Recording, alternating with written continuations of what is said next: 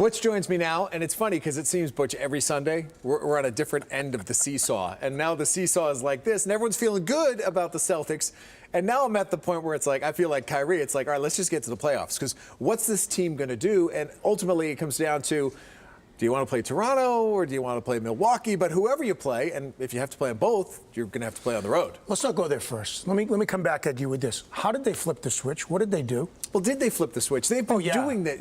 Well, what if they lose against the Clippers? Okay. What if they then lose 2 of the next 3? Follow did they really me for a minute. Flip a switch? Have you seen something different in these last 3 games than you've seen all year? I have. I saw them win, yes. Did it look as though they were playing more together? Yes. I don't know. Kyrie didn't play one of the games. Yes. So here's what I think's gone on. Something happened. I don't know if it was a card game on the plane. I don't know what happened. But Kyrie is a different person. Just a week ago. I don't buy into that. I don't buy into that. Okay, because and it's just fair enough. It's only been 3 games. 7 days, and he didn't play one of the games. Here's why I am buying into it. I've seen something different led by Kyrie in these last 3 games, both during games with their performance, which is most important, and after the games, the way he's handled himself. Whatever people say about Kyrie, one of the things they always say is he's a smart guy. Well, if he's smart, he's hearing everything people are saying about him. He heard Charles Barkley say, I've never heard a more negative, miserable person in my life. The guy is a major talent, but I think smart enough to understand if he's going to be a great player, he can't do it by himself. And so far in these 3 games, again, Tom, I'm going to just keep hammering the point, I've seen something different than I've seen all year, led by him. Right, he needs to continue to enable people. Yes. Enable his teammates. He can't belittle his teammates. I think what we've seen throughout the course of this season to this week, and I'll give you that to back up your point, is he has been belittling his teammates by calling them young guys and being very condescending in how he speaks about them. And I found it interesting that Al Horford hasn't really stepped up and defended some of the younger guys because he's smart enough to understand that Kyrie shouldn't do that to the young guys. But if it continues, then yes, I'm going to side with you. We'll point to this week as a turning point.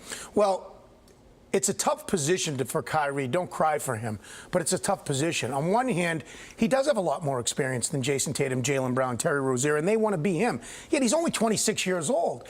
But if he's going to be the leader of the team, he's got to talk like a leader of the team. I think he's learning every day. I think he's learning to be a we guy. I think he wants to be a we guy. But he also takes on the responsibility, Danny Ainge admits this, that to be a great player, you have to take the big shots. You have to be the leader. But in this trip, just 3 games, Tom, he's found a way to score 30 points and not detract from the team offense and the team defense. We'll see what's going to happen. How about if they play better and if they make a run, does it make a difference if Kyrie's going to want to stay or not? Yeah, I think he's still figuring that out.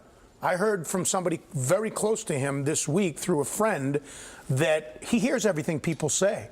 And I don't know what he's going to do, but he likes Boston. And I think that decision in his mind is still something he's going back and forth with. So I think a playoff run, I think how it gets handled. There was someone who screamed at him the last game at the Garden against Houston, go to New York, Kyrie, we've had enough of you. You don't think he hears that? Sure he hears it. Yeah. Sure he hears it. But I think he knows this is a pretty good situation for him, too. All right, so we'll leave the Celtics on the seesaw high, and we'll see where we are 7 days from now. If it's in the middle or if it went this way, that's just kind of how the season's been. By the way, quick question. Yeah. Does it matter whether they get the 3rd, 4th, or 5th seed to you? Well, they don't want to be 5. They don't want to have to win 3 series on the road. You're going to have to beat both Toronto and Milwaukee along the way. It's not going to be easy. Well, they got 15 games left, and they play Indiana twice and Philadelphia once, the 2 teams ahead of them. They're only a game and a half behind Indiana. They can get to the 3 seed, which I think would make a big difference. Let's talk about the NFL. And Antonio Brown's the headliner today, going to the Raiders.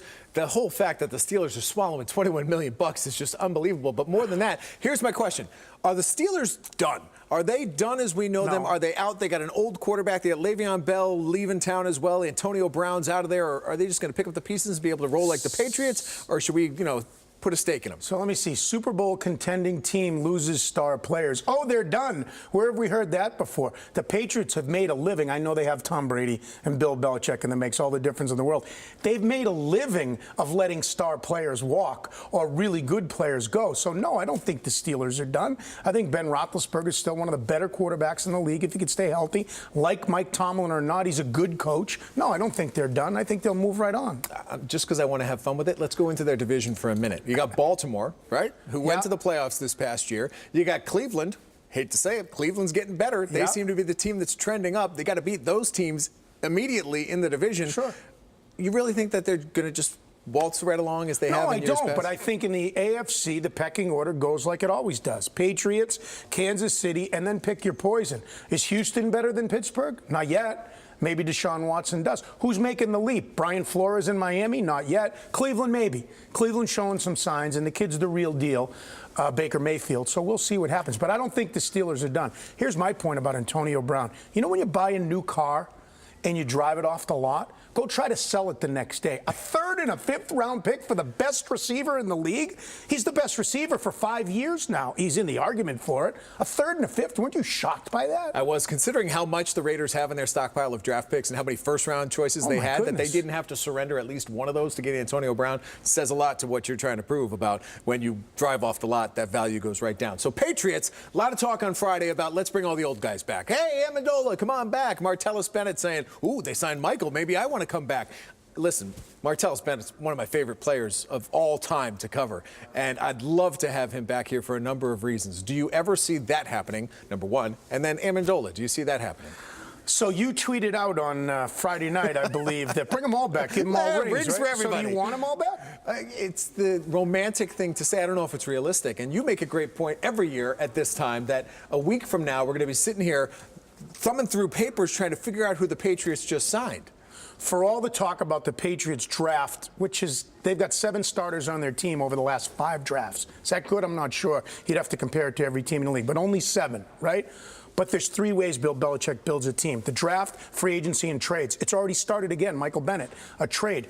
These are the guys on this year's championship team that were acquired that way, not day one signings like Stephon Gilmore. Kyle Van Noy, Lawrence Guy, Jason McCourty, Danny Shelton, Adrian Claiborne, Trent Brown, Rex Burkhead, Cordarrelle Patterson, and Josh Gordon.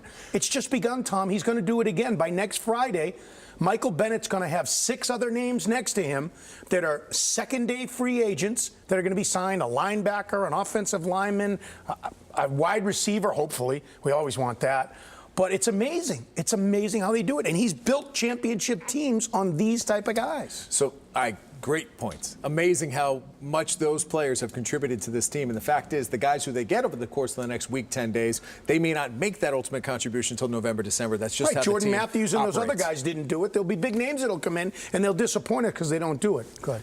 Amendola, we saw down in Atlanta, and it was interesting to see him during the point of the week that we did, because, you know, he's going through the process of watching a Super Bowl and watching his former teammates go through a Super Bowl week. He seemed legitimately reticent, the fact that he was not a part of that. And I think that he would be back, but you're going to have to clear that obstacle of what he said on the way out about not having fun and not enjoying it and things. And they'll get through it, but they'd have to get through it. Say what you want about Bill Belichick, but he's very thick-skinned. I don't think Amendola said anything to go against the family that he couldn't be brought back. He talked about the Malcolm Butler thing publicly. He talked about not having fun, but that was over social media.